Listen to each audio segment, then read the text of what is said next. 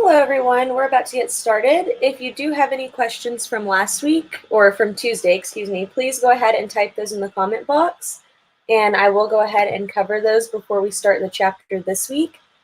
Before we do get started on the PowerPoint, I just wanted to go over a couple of things with you guys that we did talk about some on Tuesday, but I know the broadcast was a little choppy.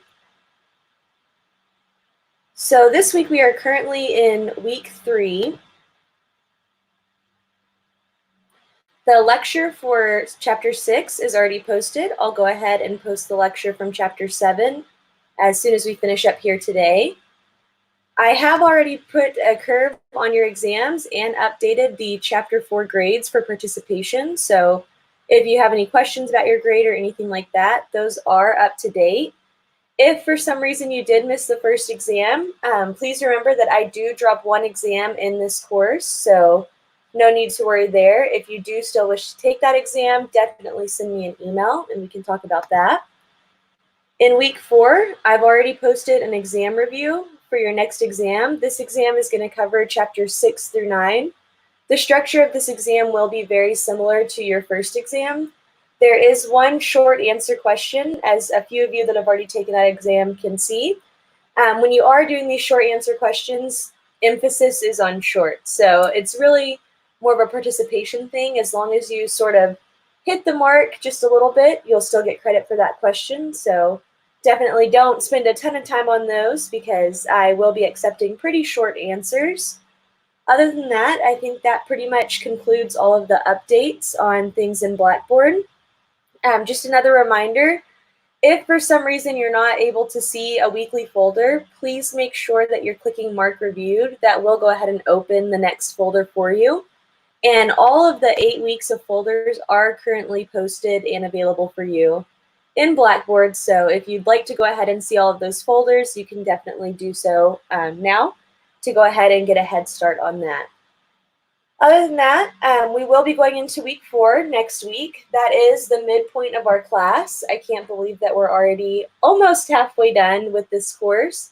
But because we're not getting that face-to-face interaction that we normally would get from an on-campus class, I do want to go ahead and just kind of check in and make sure that you are all doing okay, that the structure of the class is working out for you, that you're able to complete your assignments, that you're understanding the material. So please, if you have any concerns or you're having any trouble, or even if you just want to check in and say that everything's going fine, please go ahead and send me an email or a text message here in the next couple days just to let me know how everything's going. So good or bad, I would really love to hear from each of you just to see sort of how everything's going and if the structure's working for you, and even in your personal life, is everything okay? Are you guys doing all right? So I do just want to make sure that everyone is okay and do kind of like a midpoint check-in since we aren't doing our typical meeting face-to-face lecture structure. I do apologize if you can hear some background noise today. Apparently my neighbor has decided that 2 p.m. is the time to mow his lawn, so you might be able to hear that, and I apologize, but I do believe the connection should be a lot better today. So I don't see any questions in our comment box, so I am going to go ahead and move into the PowerPoint presentation for today.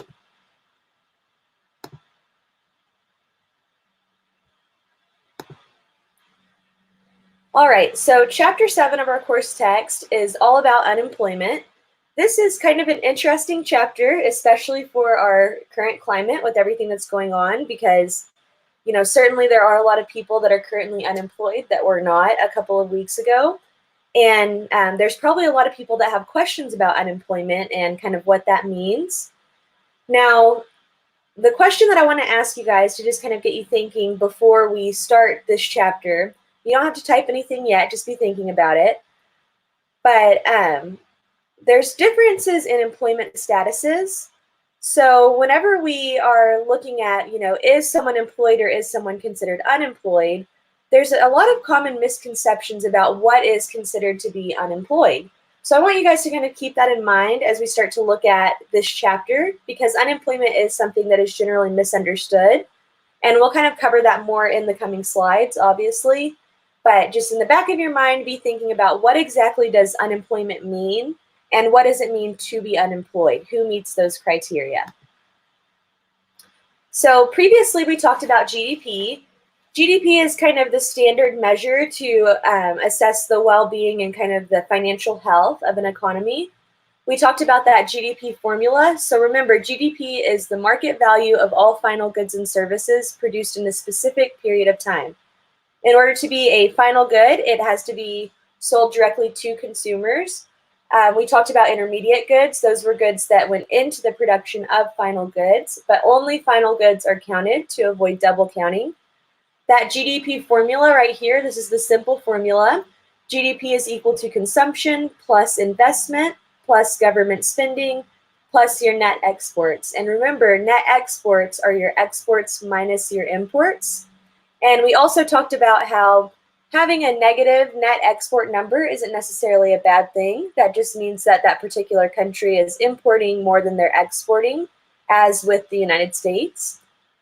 We also talked about real GDP. Remember, this is the inflation-adjusted GDP. So nominal GDP, that was just the GDP with the current year prices. Real GDP uses a base year to go ahead and adjust for changes in inflation.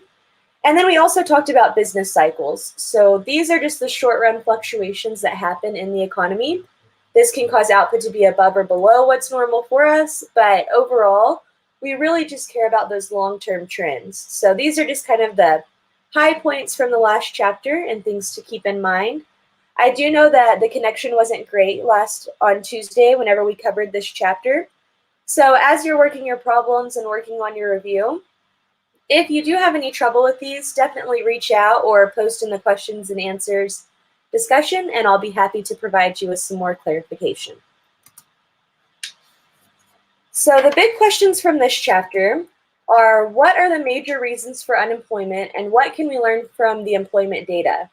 Now, this is a pretty important chapter in general. Unemployment is obviously a huge part of economics, and it's one of the major kind of metrics and barometers for how an economy is doing. But even more so now, even if it's not, you that is laid off currently or your parents, you probably know somebody that has been laid off or furloughed during this time. So we'll just kind of explain what exactly it means to be unemployed, who kind of fits into these unemployment categories and who does not. And then we'll also talk about why we collect this data and what we can learn from the data. So the US recession of 2008 and 2009, this is kind of one of the main things that we talk about in almost every chapter. I'm going to go ahead and pop up everything so you can look at it while I talk it over. So there are several reasons that high unemployment rates were persistent following the official end of the Great Recession. So that means that after this recession ends, we still had quite a lot of unemployment. One of those reasons was industries. So things like the construction sector and real estate, these were significantly affected. There were also some adjustment lags. So we'll talk about what that means in detail as we talk about kind of analyzing data. But adjustment lags, in a nutshell, and with reference to this particular recession, it takes a lot of time to switch jobs and it takes time to hire new workers. So after a recession happens, it does take some time for the economy to catch up. It takes time for businesses to hire new workers, for people to find a new job and things like that. So that's an adjustment lag after a recession. Another reason why unemployment rates were still high following the end of this recession was that some government policies that were enacted, these had unintended consequences, and inadvertently, these policies extended the duration of unemployment for a lot of workers. So this is kind of a controversial and tricky subject in economics, is should the government intervene and how should they go about that intervention? And one of the reasons being is unintended consequences. So a good example for kind of like modern day what's going on are stimulus checks. So I'm assuming that most of you probably have, what the stimulus checks are, or you've at least read something about it. But essentially, it's a current policy where they're trying to give money to a lot of citizens in the United States. And they're hoping that by giving these stimulus payments, typically $1,200 to $2,400, that people will then take that stimulus money, go and spend it in the economy, and it will kind of counteract the current recessional effects that are going on. Now, this might be something that is a good solution. It might not be a good solution, but regardless, there's going to always be some unintended consequences. With this current stimulus check situation, one unintended consequence might be that people will save rather than spend their stimulus checks, and then that money does not go out and stimulate the economy like the intention was. Another unintended consequence is it might raise national debt to a level that's not sustainable. I'm not saying that is something that will happen. I'm just giving an example of what an unintended consequence could be. And then just kind of going back to this recession in 2008 and 2009, unemployment stayed really high following the recession because it's a really kind of hard to accurately measure unemployment. So one big kind of caveat here to keep in mind as you're considering the question of what exactly is unemployment and who is considered to be unemployed, remember that people who are not actively working or actively searching for work, they're not considered to be part of the labor force. And if you're not considered part of the labor force, you're not considered to be unemployed. So this is true even if the person really does want to work. And as soon as that person starts to search for work, they're once again considered part of the labor force and unemployed. So again, if you're not working and you're not actively searching for work, you're not considered to be in the labor force, and therefore you're not considered to be unemployed. So I have a question, or not really a question, a comment that's popped up over here. I'm going to go ahead and show it. It says, I don't think that it should end once the virus is done. I assume you're talking about stimulus checks. And I think a lot of people feel that way, right? Just because the virus kind of comes to a halt and we're maybe able to go ahead and start living, somewhat of a normal life, obviously there will be some adjustments. A lot of people agree with this sentiment and believe that simply having one round of stimulus payments, it's not going to be enough. A lot of people are going to use those payments to go out and, pay their bills that they're behind on, but that doesn't really solve the problem of being unemployed or not having savings or not having the capital to continue your normal life. So you're not alone in that sentiment at all. And then we have another comment again here that popped up. Great comment. The labor force is you have to be a worker or, not have a job currently, but actively searching for work to be included. So there's a couple more people that are included in that labor force, and we'll cover what they are, but you're on the right track there. So thank you. Those are great comments. And I definitely think you're not alone in thinking that these stimulus payments should not end. Oh, I'm sorry, you said you think it should end once the virus is done. I misread your comment. That is my bad. So if you want to go ahead and elaborate on that, go ahead and type that in the comment box for me. But I am going to go ahead and move to the next slide here. So great comment. Sorry that I misread your comment the first time. But let's go ahead and move on a little bit here. So this graphic is figure 7.1 from your book, and it's showing you the U.S. unemployment rate from 1965 to 2015. So the unemployment rate is a very important indicator of the economy's health. Since 1960, average unemployment in the U.S. has been about 6%. During the Great Recession, which was that 2008-2009 period, unemployment was over 10%. And they say in your text, since then, it has fallen back to below pre-recession levels. Now, if you're keeping up with anything at all currently, it is definitely not below pre-recession levels right now. Unemployment has actually hit about 25%, which is insanely massive. It's not something that anyone predicted would ever be a possibility. And I see a comment coming in from Jessica, so good time to talk about this one. She says that she's laid off because of this situation and was able to file for unemployment, but she doesn't have to be looking for a job. Does that mean that technically she's not considered unemployed? So by the textbook definition of being an unemployed person or in the labor force, you would need to be actively searching for a job to be considered unemployed. This is kind of interesting, and this is what makes, taking an economics class in our current climate so interesting, is that previously, if you were on unemployment, one of the kind of conditions of getting paid unemployment is that you had to be looking for jobs every single week and submitting some type of proof, whether it be company names, interview schedules, whatever, to show that you were actively searching for employment. Now, with the coronavirus pandemic, obviously, the majority of people that are laid off are not able to go and look for a new job, right? There's not a lot of places hiring. There's not a lot of things that are even open. So that kind of makes it virtually impossible to go out and get a new job. Now, currently, they're kind of waiving a lot of the unemployment requirements, and they're allowing people to file and collect unemployment that are not actively searching for a job. This is an exception to the typical unemployment rules, and it will be an exception to calculating unemployment statistics, because even though you're not technically looking for a job right now, you do actually fall into that unemployment category. Now, this is very confusing, and it makes it a little bit harder to kind of understand everything in this chapter.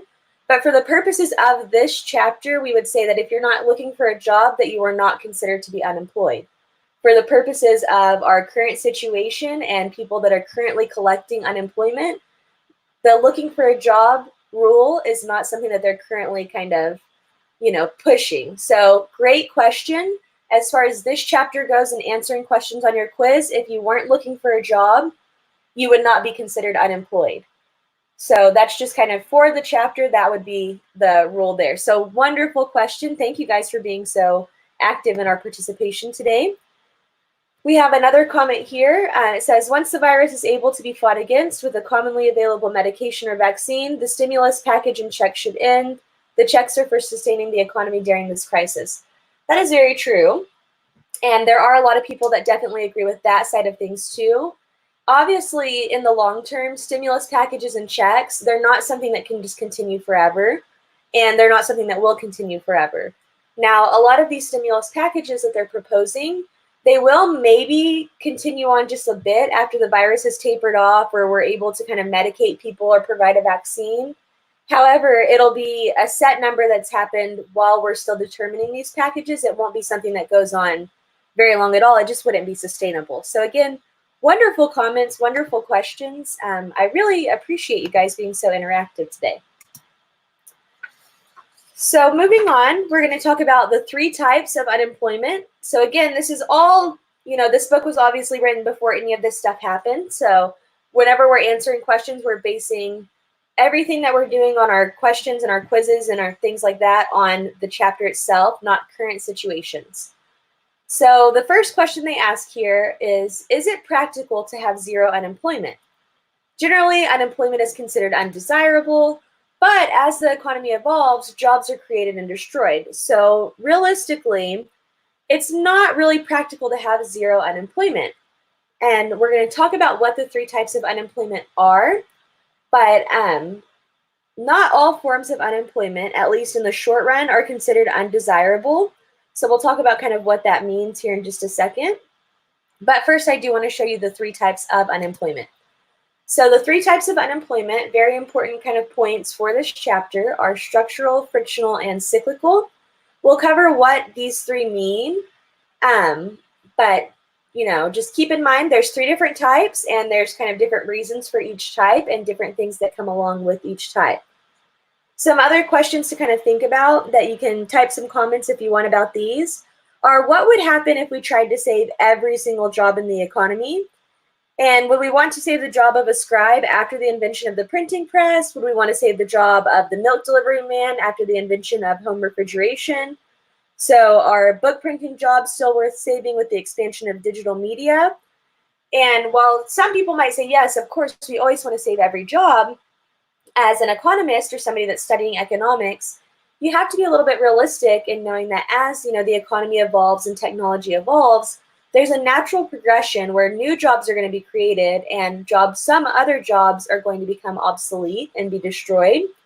And this is called creative destruction. So with creative destruction, new technology sometimes creates new jobs while also destroying old jobs at the same time. People that are working the old jobs are going to lose their jobs and be temporarily unemployed, but we don't really want to hold our economy progress back by saving these jobs that are no longer necessary, that become obsolete. So this is just something to kind of think about as we move forward. But let's go ahead and cover our first type of unemployment. So the first type of unemployment that they cover in your book is structural unemployment. Let me go ahead and pop all this up. Oh, too far, sorry. So structural unemployment, this can create short-run problems of transition, but it's usually a sign of a healthy and growing economy. This type of unemployment is caused by changes in the makeup of the economy, and it can represent technological process or progress. As some jobs are outdated, we get trade-offs to economic progress, and we get new jobs, so old jobs can be destroyed. We could perhaps protect jobs that are about to be creatively destroyed, but if we protected these jobs, it would be an inefficient use of our resources, and it would really be kind of a drag on our economy. Now, the example they give in the slide is a bookstore that was called Borders that went bankrupt in 2011. There were significant job losses in the book sale industry, and the question that they're asking here is why? Why would a bookstore go out of business? So this particular store sold books, CDs, things like that, and had a small cafe. It was very similar to Hastings, so I'm sure, I hope, most of you remember Hastings, and Blockbuster. So, you guys might not remember Blockbuster, but surely you remember Hastings. Why do stores like Hastings and Blockbuster and Borders, why do these stores go out of business and why do people lose jobs? So I'm going to give you guys a second to think about that and kind of, pop some comments in the comment box, and then we'll talk about, what the comments are after we get those. So good. I'm glad to see that somebody remembers both of them. That makes me feel better. I'll give you guys just a second to write some more comments. Just one moment.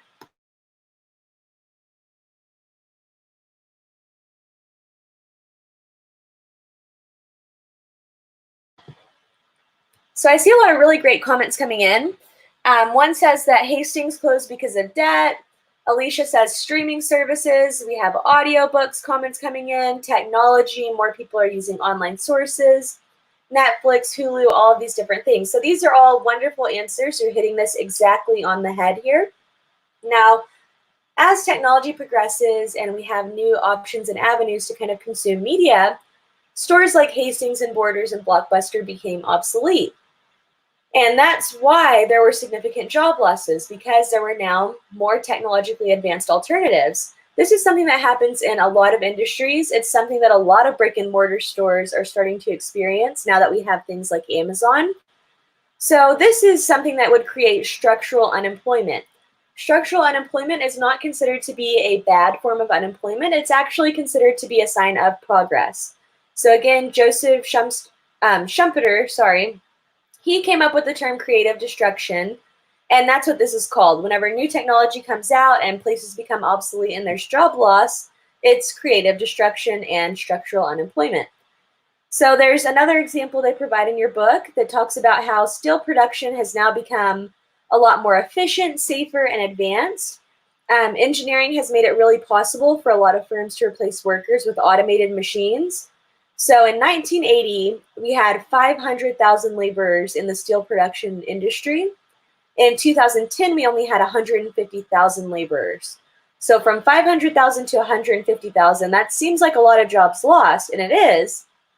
But these changes mean that steel manufacturing today is safer than ever before. So that's a really good improvement, but it also means that fewer workers are needed to produce steel. So the trade-off here is reflected in the employment numbers for that industry. We do have a lot of unemployment that happened, specifically related to the steel industry.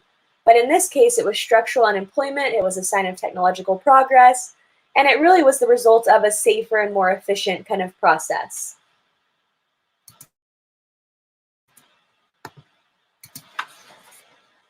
Okay, so continuing on with structural unemployment, we talked about how the GDP in the United States has gone from heavily being industry-based to heavily being service-based. This is kind of showing you just graphically some changes in the American economy over time. So we went from agriculture, working in fields, to manufacturing, where we primarily were working in factories, to present day, where we have more services, working in offices, and more than they ever imagined in your textbook, right? Working online. So today, the United States is a service economy. A lot of the unemployment that occurred from each of these stepping stones to the other was specifically structural unemployment and was a sign of technological advancement. So job turnover is very normal in a growing economy. In 2006, the real GDP in the US grew by about 2.7%, and 2 million new jobs were created. So in that same year of growth, there were approximately 5 million job separations, so quits and layoffs every single month. So let that sink in for a second. That's a lot, right? Even though we got, 2 million new jobs, we lost 5 million jobs a month in separations and layoffs because we had a lot of,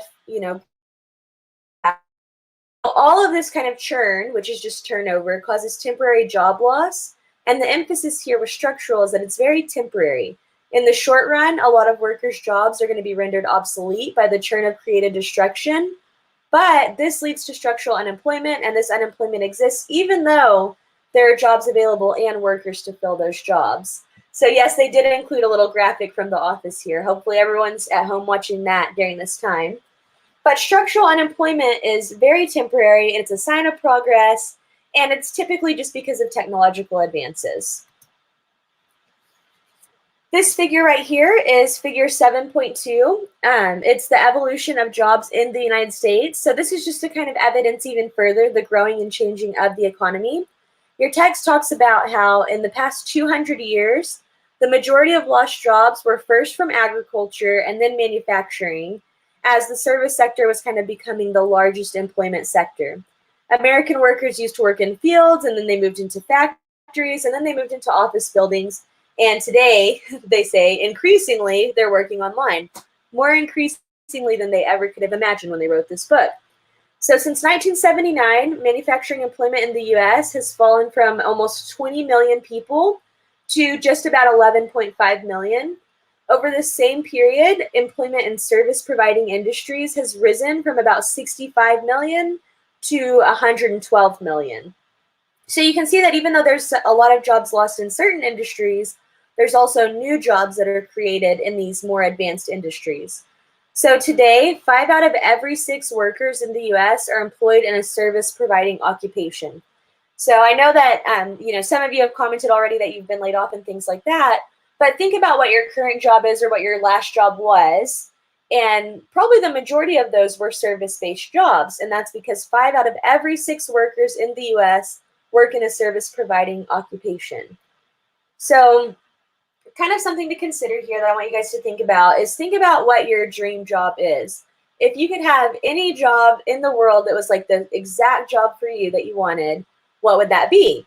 So you can type that in if you want. And then also while you're typing that in, kind of tell me, how do you think that might be different from the dream job of your parents or your grandparents or your great-grandparents? And that's the differences that you'll find there are because the possibilities and the kind of more normal and more widespread jobs are very different now than they were even when your parents were younger or your grandparents and especially your great-grandparents. So things have definitely changed in that sense. A little more just to kind of summarize structural unemployment.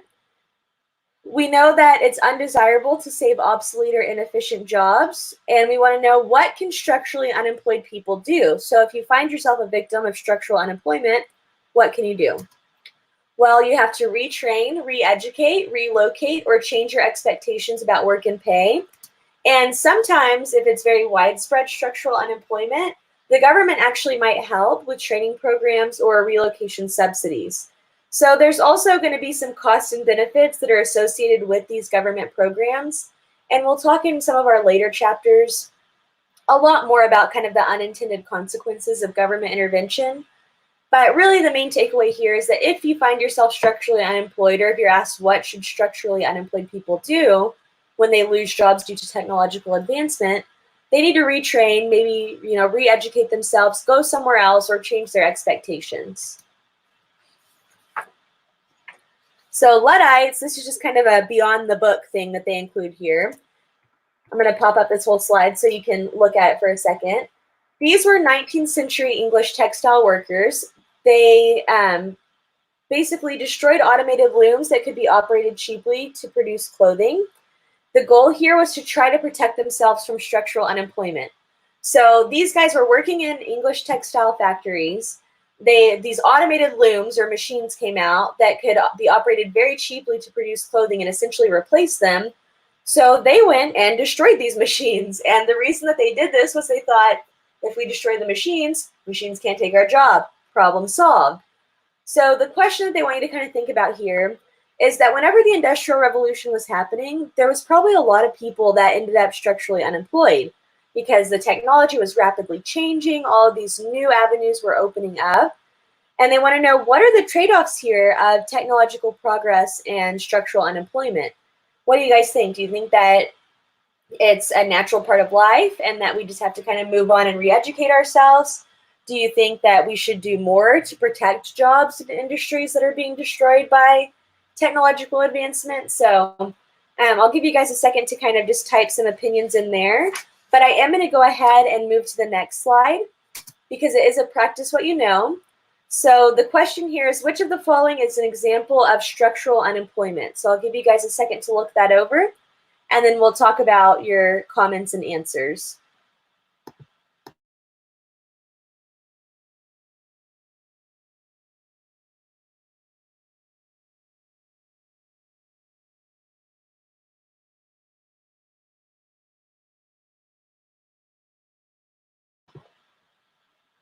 I see a lot of answers coming in already. You guys are on top of this today, so thank you. Again, you guys are a really good class. The answer is A. Alfred the VCR repairman is unemployed because there are very few people who still own VCRs. So obviously, as you know, we move to Blu-rays, DVDs, streaming, all of these things, VCR repairmen probably are not in super high demand these days. So that is the correct answer. He is an example of structural unemployment. Option B, it says Macy the construction worker is unemployed because no one is building houses right now. So the key word in option B is right now. You know, people are not just not building houses anymore at all. So she's not structurally unemployed. It's just right now nobody's building houses. So that's kind of a really important keyword there. And then option C says Lucinda the restaurant chef is unemployed because he and his wife recently moved to a new city. This has nothing to do with structural unemployment at all. He just moved and needs to get a new job. So definitely not falling into that category. Remember, structural unemployment is going to be an unemployment caused by changes in the industrial makeup or structure of the economy. So we don't have VCRs really anymore. We don't need VCR repairmen. He's the only one that fits that mold. So wonderful. Good job, you guys. The next type of unemployment that we're going to cover is frictional unemployment. So let me go ahead and pop this slide up for you. When you graduate from college, obviously it's likely that you're going to take a while to determine the very best job offer that you can get. You're not really interested in any job when you finish college. You want the best job possible. On the other side of the job market, employers are rarely going to be hiring the first applicant they see, even though it can sometimes be pretty costly for them to leave that position open. So these time lags between, you as a college graduate waiting for the right job to come along and companies waiting for the right candidate to come along, these are time lags that are going to create frictional unemployment. Frictional unemployment can sometimes also be considered natural and efficient by economists because frictional unemployment allows job seekers to efficiently go out and, match their skill sets with the available jobs. So frictional unemployment is natural unemployment that is caused by time lags, and this is kind of just job seekers looking for the right fit for them and also companies looking for the right candidate. Now, this type of unemployment, it's also pretty short term, and the reason that it's considered to be a positive is because the longer that you kind of search for the perfect job for you and companies are searching for the perfect candidate, this is the more likely scenario that you'll be matched with a company that you'll stay at longer. So it's thought to be a pretty good thing, actually. Now, the length of frictional unemployment is another kind of interesting topic. The internet has really kind of decreased the time and cost of job searching, and it's also affected by government regulations that kind of make it really difficult to hire and fire people. So we're going to kind of talk about a few things before we talk about unemployment insurance.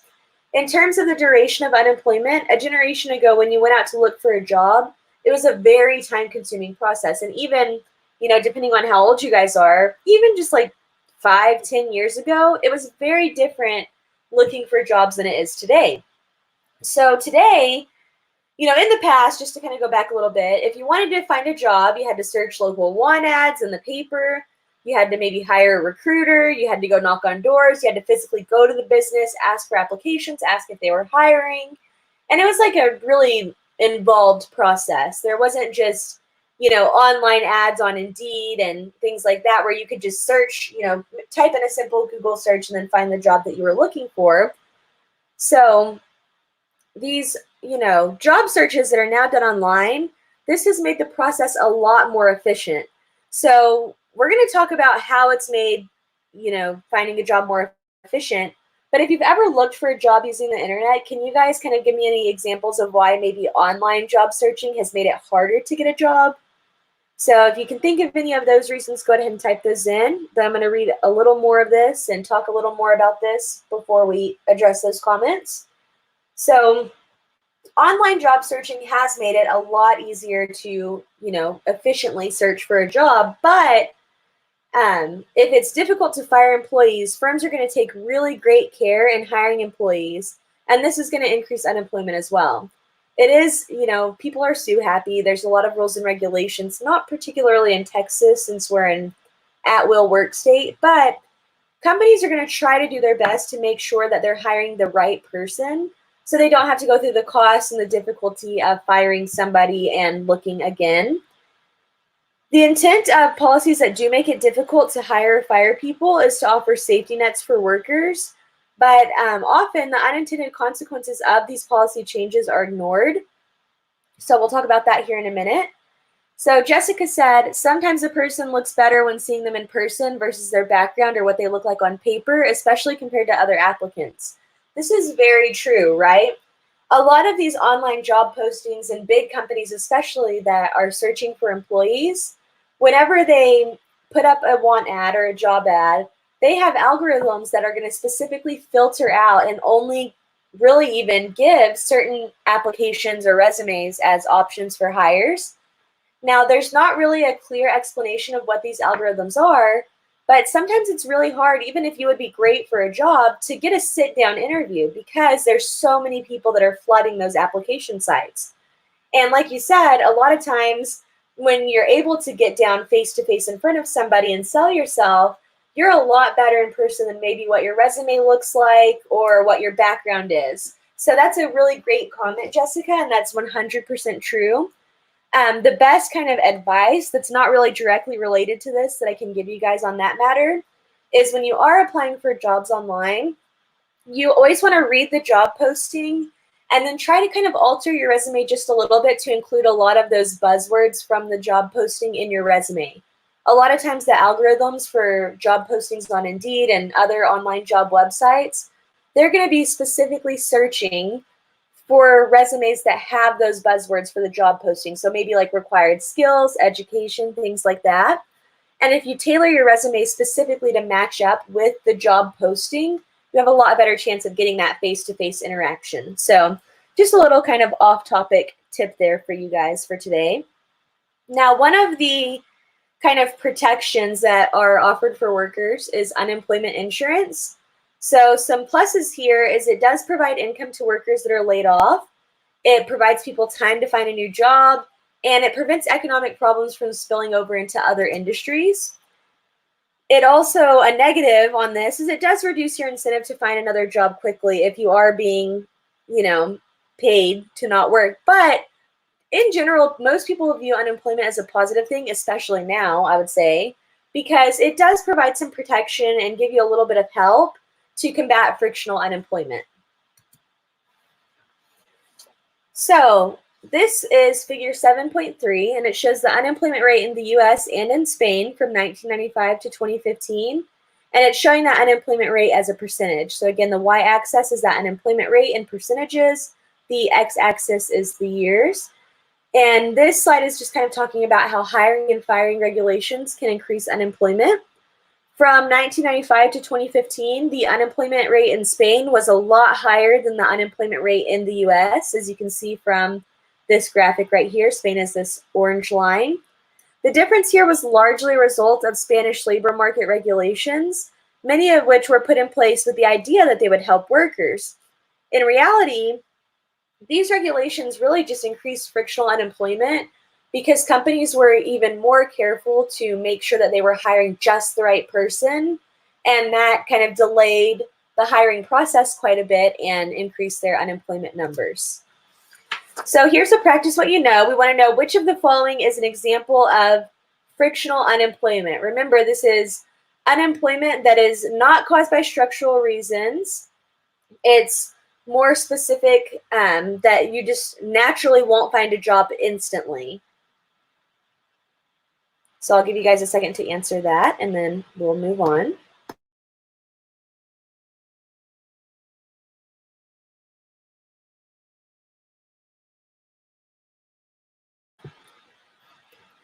You all are very quick on the draw today. So the correct answer is C. So again, Carl, the restaurant chef, is unemployed because he and his wife recently moved to a new city. That's just natural frictional unemployment, that it does take some time for, people to find jobs and to, find that right fit. We already know that A was an example of structural unemployment. I bet you can guess what B is going to be here in a minute, but that'll be the next type of unemployment that we talk about. So it's natural because Carl's not going to find a job instantly. He might have to look for a while. Answer B could be cyclical unemployment, which is just a sign of maybe a coming recession. That's kind of one of the bad types of unemployment. We have a comment over here that I want to pop up for you guys that says, the founding fathers were right about little government interference in the economy. That's actually something that we'll cover in great depth this semester. But yeah, typically, regardless of, which side you fall on politically, whether it be Democrat, Republican, whatever, you can't argue with the fact that the less government intervention with regards to economics, the better, because we talked about that invisible hand and how naturally the economy kind of has a way of fixing itself. And when we step in and we try to enact policies, whether they be liberal, conservative, whatever, they don't always have the effect that we want because the economy really likes to be left alone. And that's something that we'll see more and more this semester. Now, that's not to say that every bit of government intervention is bad, but a lot of times things don't work out exactly how we had hoped. So very good comment. Again, you guys are just doing a great job today, and I really appreciate you. So the last type of unemployment that we're going to talk about is cyclical unemployment. I'm going to go ahead and pop this up. So cyclical unemployment, this is considered the worst kind of unemployment. This lasts for an unknown length of time. Frictional unemployment is clearly temporary. It disappears when workers get matched with jobs. Structural unemployment, also temporary, because this type of unemployment is going to disappear when workers take new jobs that are created by the structural change. But the duration of cyclical unemployment is open-ended. So currently what we're experiencing in the US and really all over the world, which is kind of unique in itself, is cyclical unemployment. We don't know when it's going to end. This type of unemployment is caused by economic downturns. So it's going to be general macroeconomic downturns, and nobody knows how long these may last. So, your book says, fortunately, recessions in the US have been fairly short in recent times, with arguably the exception of the Great Recession. Now, again, our current times, very different than anything that has ever happened. It's likely that the economic fallout of our current situation will last a lot longer than the Great Recession did. And that's not like a scare tactic or to make anybody nervous. Obviously, we have enough, scare tactics going on with the media. It's just to say that because this is such an unprecedented time, there really isn't a good estimate that anyone can make about how long our current cyclical unemployment will last. So that's kind of an interesting caveat here. So we're going to talk about some notation here in a minute and how we kind of, notate what's going on. But the example they give here for cyclical unemployment is, this is, the unemployment that was caused by the Great Recession in 2008. This recession lasted 18 months and 10% of people were unemployed.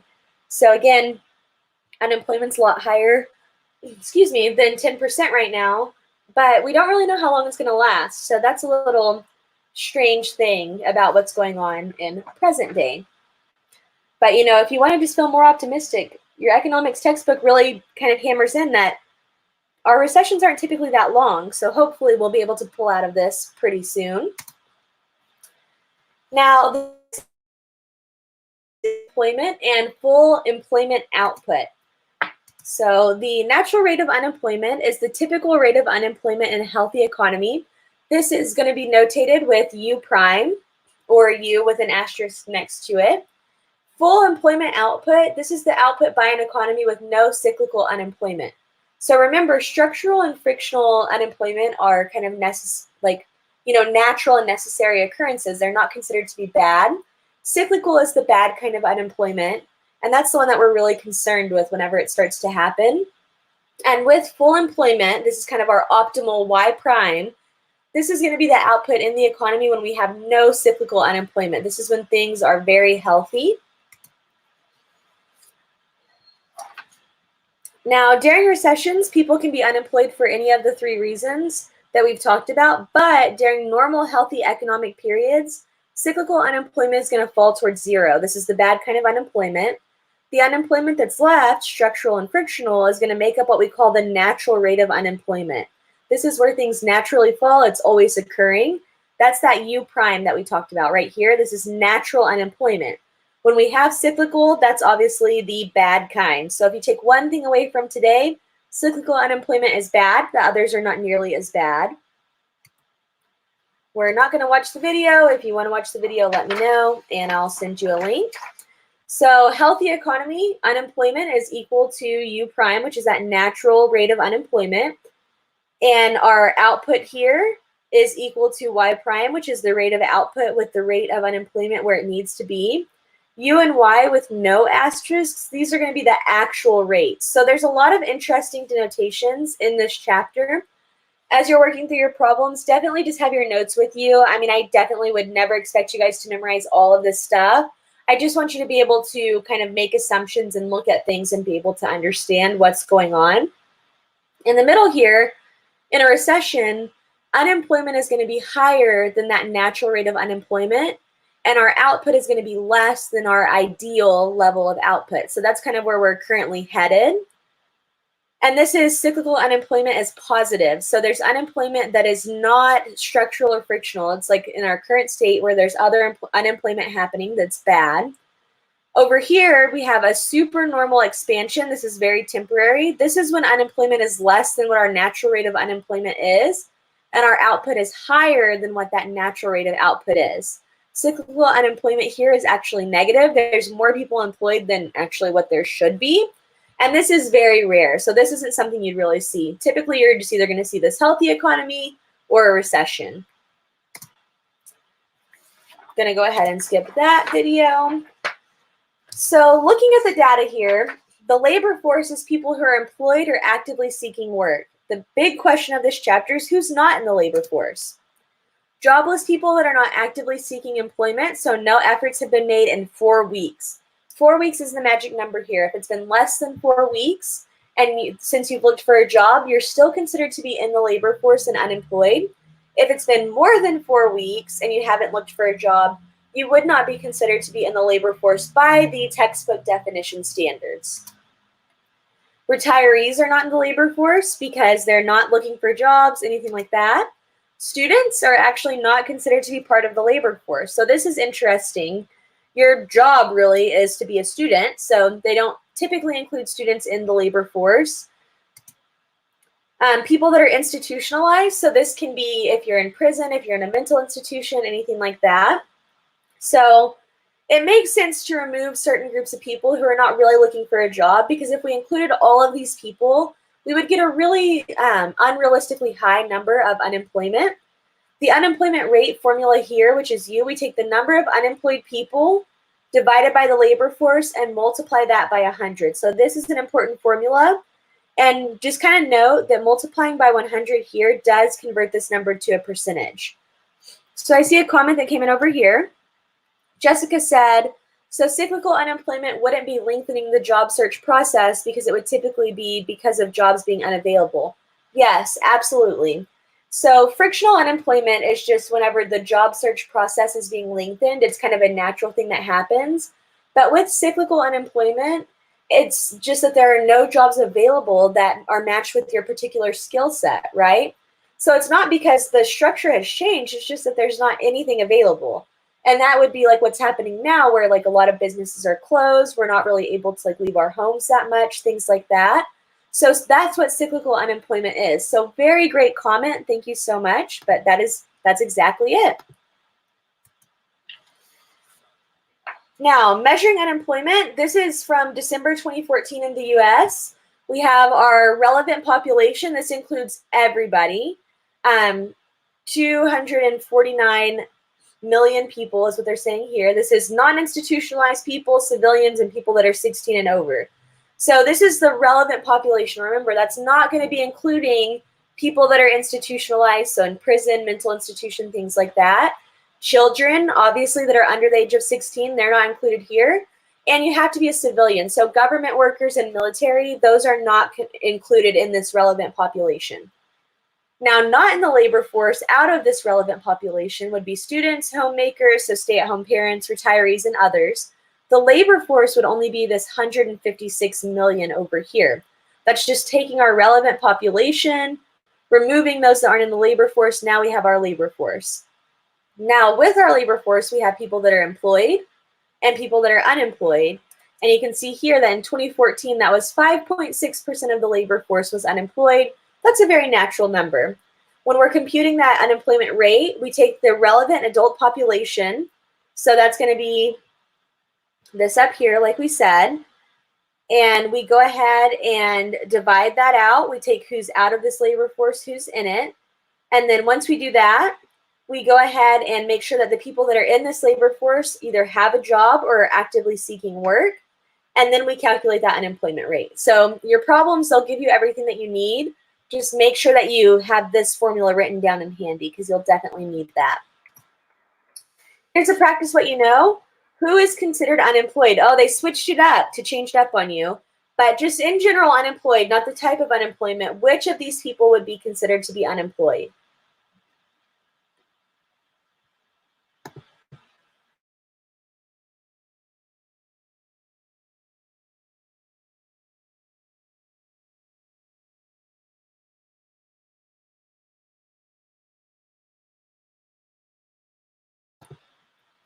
Okay, I see some answers coming in here.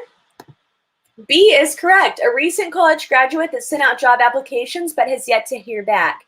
So this person would be considered unemployed. Jean, a college student who's typically not working. She's not in the labor force because she's a student. Michael's a stay-at-home dad, so he's not considered to be unemployed because he's not in the labor force either. Now, bonus points here. What type of unemployment would Zoe be experiencing? If she's a recent college graduate, she sent out job applications, but she just hasn't heard back yet. Would that be structural unemployment? Would it be frictional unemployment? Or would it be cyclical unemployment? Which kind do you think that would be? I'll give you guys a second to type that in here.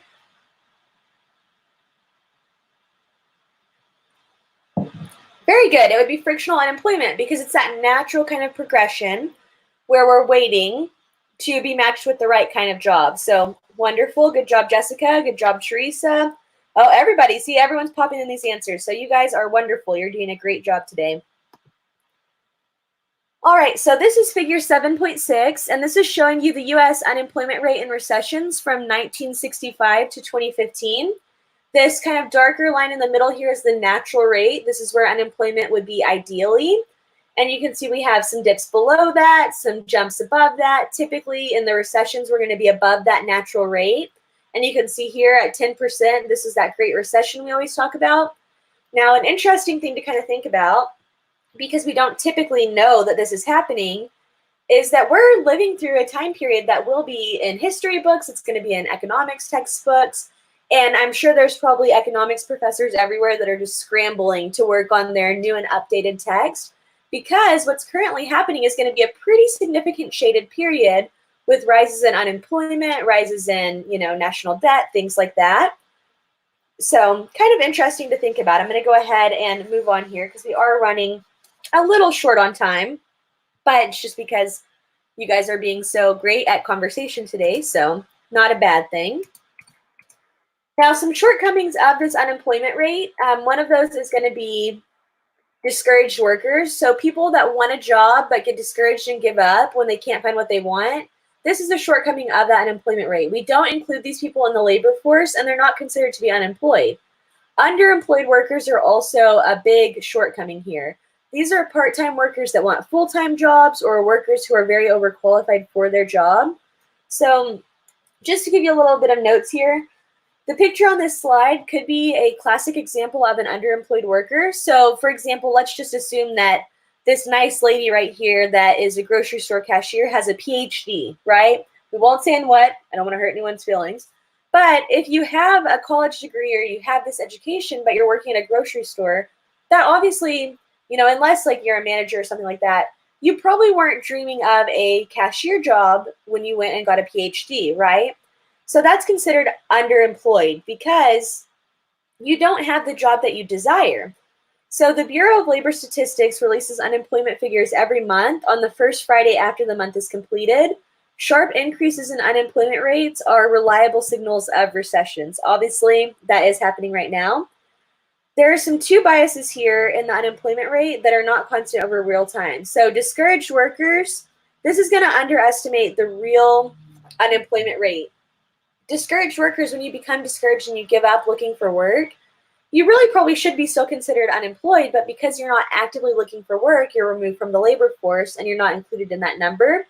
These people really do want to work, but we're not counting them as unemployed or even as part of the labor force. The mere existence of underemployed workers, this is also going to underestimate the real unemployment rate. This person's going to be counted as having a job, even though they want to work more hours or they want to work in a position that's going to be more suited for their abilities and qualifications. So these are shortcomings. Obviously, any statistical measure isn't going to tell us every single thing we need to know, but the unemployment rate is a pretty good measure. Okay, we're going to go ahead and skip that. Here's a practice what you know. If a discouraged worker re-enters the labor force and begins searching for jobs but doesn't find one, what's going to happen to the unemployment rate? So a discouraged worker re-enters the labor force, but they can't find a job yet. What's going to happen to the unemployment rate?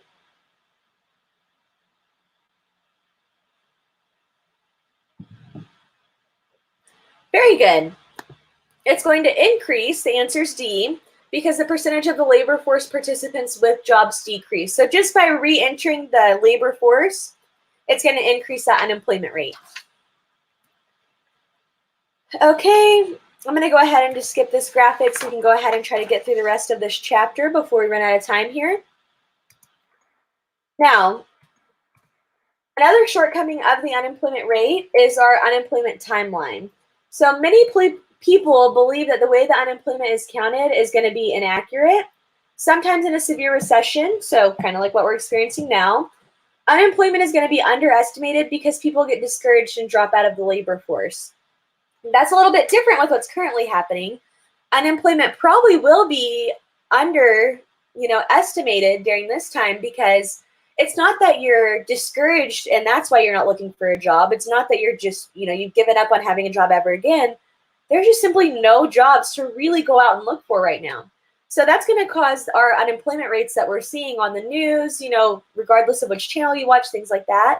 These unemployment rates that are coming out are actually very severe underestimations because as soon as 4 weeks has passed, they're not counting you statistically in the labor force or as part of the unemployed people. So you can kind of estimate that whatever official from the Bureau of Labor and Statistics unemployment numbers you're seeing, they're actually far lower than the true unemployment. Once discouraged workers re-enter the labor force to look for a job, unemployment rates are going to go up, like you said in the practice what you know question we just did, even though your job situation hasn't changed. So discouraged workers that decide to start looking for a job again, this can cause the statistics to change as well. And that's kind of a shortcoming of this rate as well. So lagging versus leading indicators. These are kind of indicators that economists use to kind of start making estimations and guesses on what's happening. Leading indicators, these are going to be things that help us predict what's coming and will usually change before the economy as a whole does. So a good example they give you is the average weekly hours for manufacturing or building permits. If these start to go up or down, we have this kind of leading indicator that either the economy is going to go up or down. Lagging indicators, these are things that change after the economy as a whole starts to change, and there's not really any predictive power here. So the average duration of unemployment, the change in the price index, these are things that happen after the economy has already started to change. They're not really great indicators. So by the time that we see high unemployment, we already know that we're in a recession or that we've had a recession, right? But lingering high unemployment doesn't necessarily mean that we're still in a recession. It just means that we might have some of those lagging indicators that last a little bit longer than that recessionary period. This is just table 7.2 to kind of show you what the duration of unemployment looked like between 2007 and 2015. So just kind of something interesting to look at, but we're not going to really spend a lot of time on that today. Some other labor market indicators, the labor force participation rate. This is an important formula. Definitely write this down. Let me pop this slide up for you. So the labor force participation rate, this is the portion of the population that is in the labor force, and it tells us the fraction of people who are working or looking for work. Some applications here, baby boomers retiring, Social Security and Medicare, gender participation over time. Applications just means how could we use this labor force participation rate, and how could we use it to gather some information. So the demographic changes that are associated with baby boomers come at a time when the labor force participation rate in the US was already kind of reaching some modern lows. And what that means is that as baby boomers get older, they're starting to retire and things like that, the labor force participation rate, the labor force itself is going down and the participation rate is going down as well. Asking questions about Social Security and Medicare, we have to know what the implications are going to be of a lot of baby boomers retiring. So as this huge group of people starts to retire, more people are going to be taking money from these programs, less people are going to be providing funding for these programs. So that's kind of interesting. A question that they ask in your book is, what gender trend has happened in the last 50 years with the labor force? So what do you think gender-wise, so gender participation, how do you think that has changed in the last 50 years? What do you think is different about the labor force as far as the gender makeup now versus 50 years ago? So I'll give you guys a second to think about that. Another thing they kind of mention in the book about the labor market indicators is that individuals are typically going to leave the labor force when we're having bad economic times and then re-enter on good ones. So that would be like people that are getting currently laid off. They're going to be not considered in the labor force after 4 weeks because of the bad economic times. But as the economy starts to go up, we're going to go ahead and have more people re-entering the workforce. Oh, so Jessica said more women are working. That is very true. That's something that has changed in the last 50 years. So good job. This is just kind of showing you the labor force participation rate. So we really aren't going to go over that much today, but it's just kind of graphically showing what we've been talking about. We already mentioned that people tend to leave the labor force in bad times and re-enter in good ones. This can cause the unemployment rate to lag a little bit. It's behind the economic conditions. And we might have to use some secondary indicators, which is going to be non-farm employment. So, too far. The total employment figures are reported every month, and they help us evaluate the cyclical effects. But a question that a lot of people ask is, why would we look at non-farm employment as an indicator of how the labor market is doing?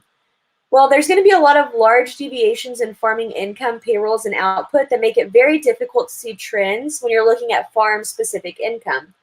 A lot of farm labor gets unreported because if you have a family farm, you know that a lot of family members help out, and those aren't typically people that are paid or that are reporting those salaries. So we have to look at specifically non-farm employment to get a really good indication of what's going on in the labor market. This slide is figure 7.9, and this is going to show you what the trends in the U.S. labor force participation were from 1940 to 2015. And the main takeaway here, like Jessica already kind of told us, is that more women are working than were, years ago. So another thing that is kind of interesting, we're almost done, I promise, I'm not going to keep you over. But this is table 7.3, and this is showing the U.S. unemployment and labor force participation rates by gender and race, July of 2015. So we have adults, so our different groups are over here. We have our different races, male and female, it's split out here. And then we also have teenagers. And you can see these unemployment rates and also the labor force participation rate. So notice here, the labor force participation rates are very low among teenagers, with participation for white teenagers at about 36%, but Black teenagers at just 25%. So why do you think that participation rates in the labor force are low for teenagers? Lower than they were in the past. So let's say compared to like 50 years ago, why do you think that less teenagers are working now than were working 50 years ago?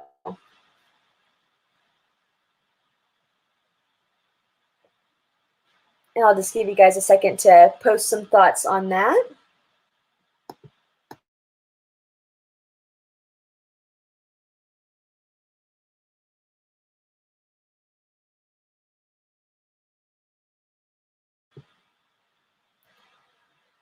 What do you think? Do you think that maybe less teenagers are working today because they're busier than they were 50 years ago? Do you think that teenagers today are just lazier than they were 50 years ago? More parents paying for their stuff, or they could be going to college? That's a really good answer, Jessica. So think about, diplomas and degrees programs and things like that, where we have a lot more high school students that are also college students at the same time.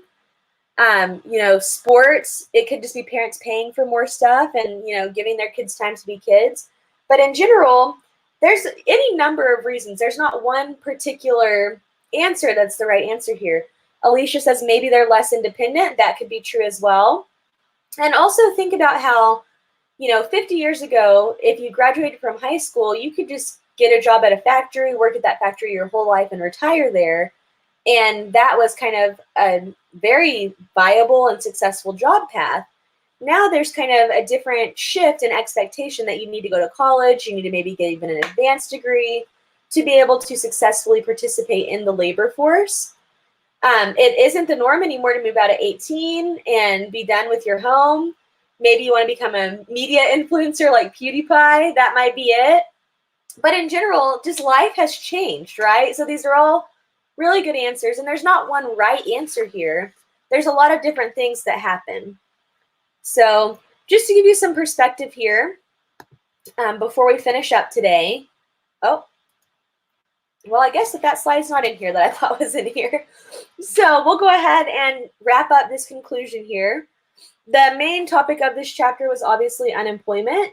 I just want to kind of reiterate that frictional and structural unemployment explain why unemployment is naturally greater than zero. These are not necessarily bad types of unemployment. Cyclical unemployment is going to explain changes in the rate across the business cycle. This is the bad type of unemployment. The unemployment rate is going to be a percentage of the labor force that would like to work but are unemployed. The official unemployment rate is going to underestimate the overall level of unemployment or underemployment because it doesn't really account for discouraged workers, and it doesn't really tell us anything about the duration of unemployment per person. And the labor force participation rate and non-farm employment, these are going to be helpful market indicators. So that kind of wraps up, the gist of this chapter. Obviously, this is a chapter that might look really different, 5-10 years from now even. So it's kind of interesting. You guys are sort of on the end of learning this way because of the current changes that are happening and things like that. But that's pretty much it for this chapter. If you have any questions, please go ahead and type those.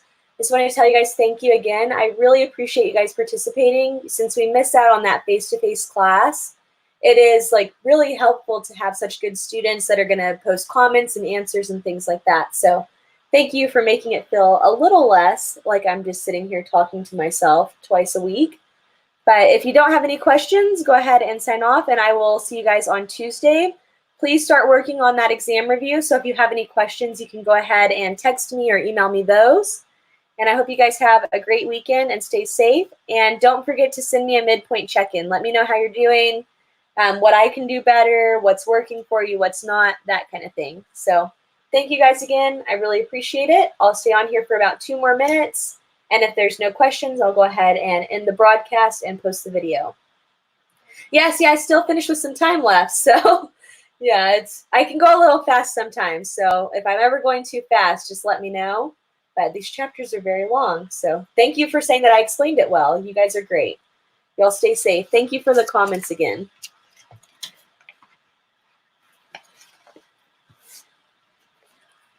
The PewDiePie joke, is that what joke you're asking if we got?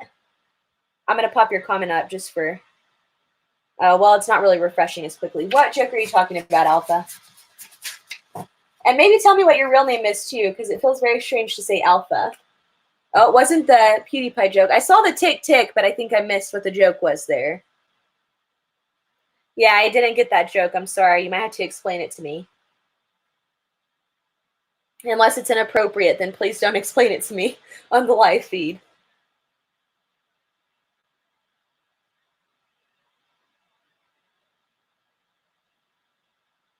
Oh, yes, I get it now. Thank you. So tick tick boomer. You know, you have to be careful about making those boomer jokes. I think they're considered slurs. I thought you were just telling me to hurry up. I thought that's what the tick tick was too. Jessica, I thought the same thing.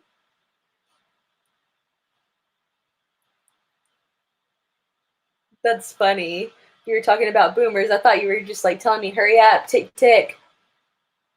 Okay, Eric, thank you for letting me know. That makes it a little easier to identify who's here. We've kind of gotten our regulars now. All right, well, if you guys don't have any other questions, I'm going to go ahead and end this broadcast. But again, thank you so much. It really is great having you guys in class, you know, even if it is virtually. So thank you again, and I'll see you guys on Tuesday. You guys have a nice weekend too.